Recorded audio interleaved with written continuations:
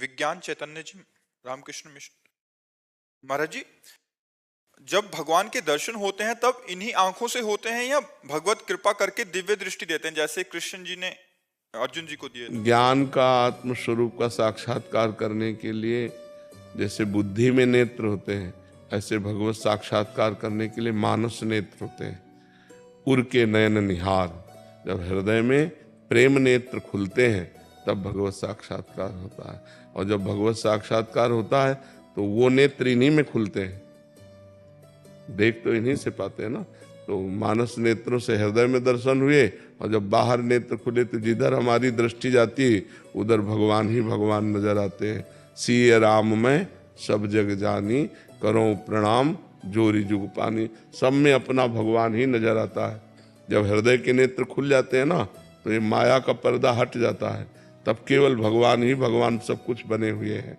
जैसे हम कंगन या हार ये नाम कह रहे हैं, लेकिन तत्व से जानने पे हार और कंगन दोनों में सोना एक ही है।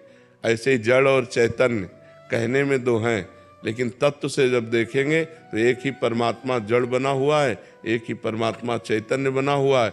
वही परमात्मा सबके हृदय में विहार कर रहा है।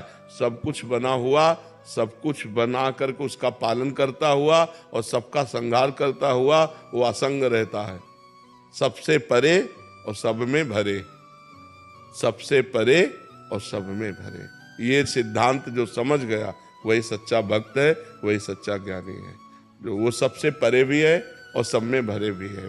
वासना वासुदेवस्य वासितम भुवनत्रयम् सर्वभूत निवासोस्मि वासुदेव नमोस्तुते। समस्त भूतों में वही विराजमान है, लेकिन जो भूत है वो भी वही बना हुआ है। वो निर्विकार होते हुए भी विकार की लीला दिखाई दे रही है। तो इस विकार में जो निर्विकार परमात्मा को खोज लेता है वही ज्ञानी है, वही भक्त है। गौरव कुमार जी, पटना बिहार से। राधे राधे। महाराज जी, राधे राधे। महाराज जी, ईस्ट में पूर्ण शरणागति और सभी आसक्तियों कैसे समाहित की? भजन, नाम जप। जितना अधिक नाम जप होगा उतना ही संसार से वैराग्य, स्वरूप का बोध और भगवान से प्रेम होगा।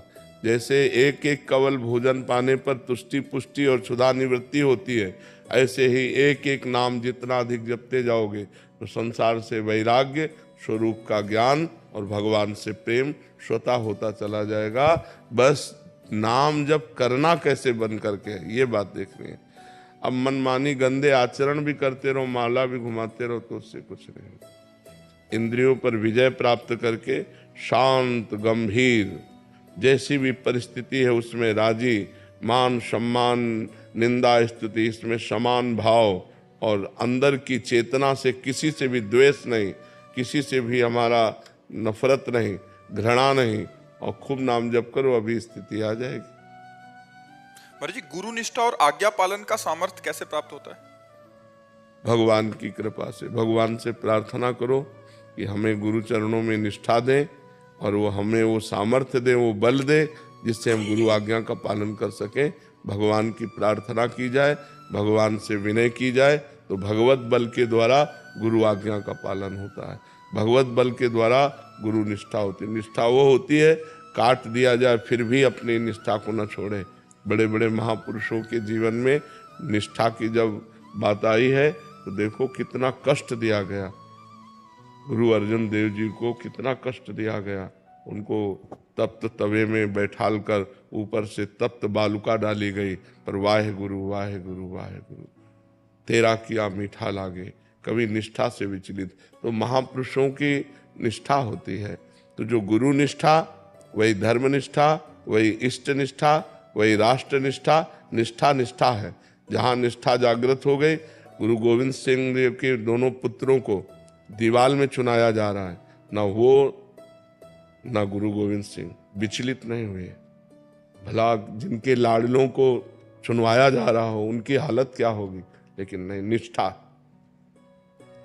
सारी कर्तव्य परायणता अपने पुत्र परिवार के लिए ही तो होती है, अपने जीवन के लिए होती है। जहाँ निष्ठा का शब्द आता है वहाँ जीवन नष्ट कर दिया जाए, परिवार नष्ट कर दिया जाए, पर वो निष्ठा को नष्ट नहीं होने देते। ये निष्ठा भगवान से प्राप्त होती है। भगवान से प्रार्थना करें वो हमें गुरुनिष्ठ इष्टनिष्ठ बनावे और हम उनकी आज्ञा का पालन कर पाएं।